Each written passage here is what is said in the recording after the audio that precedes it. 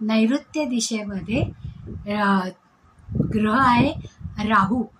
राहू अगोदर एकटाच होता पहा, पण विष्णूने मोहिनी रूपाने जेव्हा त्याचा शिरच्छेद केला तेव्हा राहू आणि केतू हे दोन ग्रह एकत्र असलेले तिथे नैऋत्याला विराजमान झालेले दिसतात. आणि तिथले दिक्पाल देवता हे निरुती आहे पहा. निरुती म्हणजे दानवांची राजा आहे पहा. म्हणजे तिथे जर आपल्याला त्या देवतेचं आशीर्वाद हवा असेल तर निरुतीच्या हातामध्ये खड्ग म्हणजे तलवार आहे पहा.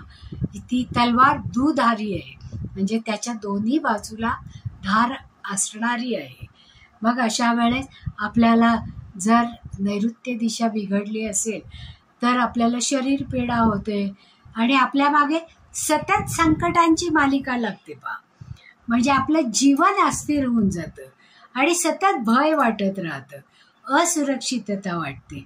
मग अशासारख्या भावना दूर करण्यासाठी जर आपण तांब्यावर तलवार, ही दोनधारी तलवार जर आपण कोरून घेतली आणि ती नैऋत्य दिशेला स्थापन केली तर ती देवता आणि त्या दोषावर आपल्याला विजय प्राप्त करता येतो आणि आपल्या आयुष्यात येणाऱ्या संकटांची ही मालिका थोपवता येते.